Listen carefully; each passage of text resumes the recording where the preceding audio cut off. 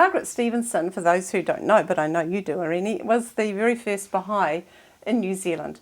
She became a Baha'i in 1912 as a result of her sister in London sending her a newspaper article that she had seen about the son of the founder of the Baha'i faith speaking at a function in London. At first she didn't take too much notice of it, but eventually she did, and she became a Baha'i in 1912. And I'm sure that you can tell us something about the early Baha'is in Australia. Well, I think there's an interesting connection between Margaret Stevenson and some of the early Baha'is. Effie Baker, for example, was the second person to become a Baha'i in Australia, and that was in the early 20s.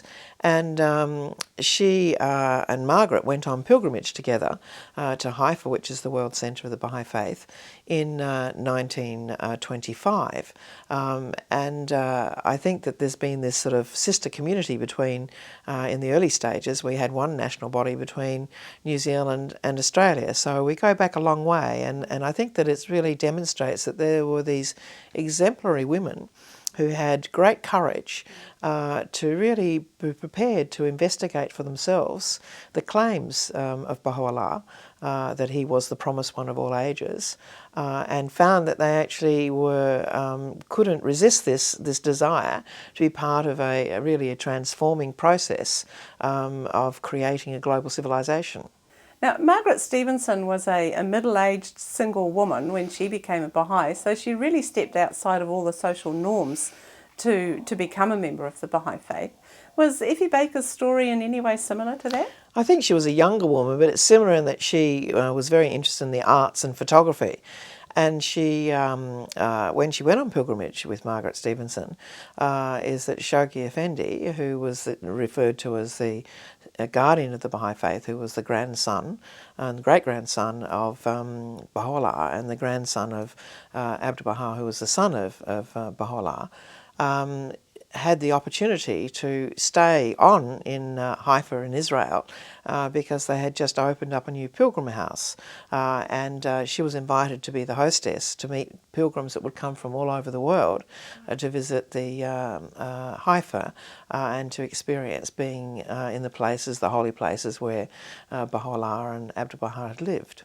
And then I guess they came back, Effie Baker went back to Australia, and Margaret Stevenson came back to New Zealand.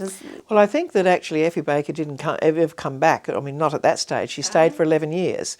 And then she was given this special assignment to go into Iraq and Iran at that time because Shoghi Effendi was writing Nabil's narrative, which is a history of the evolution of the and unfolding of the Baha'i faith in Iran and many of the early history aspects. And they didn't have photographs of some of these places. And at that stage, as Persia was becoming more and more modernized, many of these landmarks were being removed, and so Shoghi Effendi felt that it was really important to record the early history and these places that are mentioned by these central figures and the early believers at that time. So it was a unique process because she had to go into Iran at that stage and wear a chador and be totally covered, which was probably an advantage for her because here we have a white woman going into this place, and she had to hide her photographic equipment so that they weren't aware that she was taking these photographs. But it's been an invaluable history for the Baha'i community because we now have photographs of many of these places that were part of the very early formation of the faith in Iran.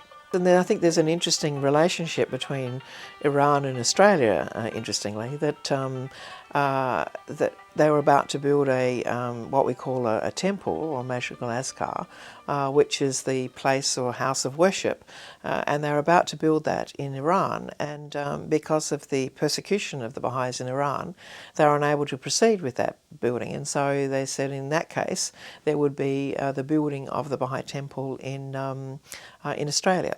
And so in a way that difficulty they had in Iran resulted in Australia being one of the early houses of worship that was built in the world. And so this is an interesting connection between Iran and Australia.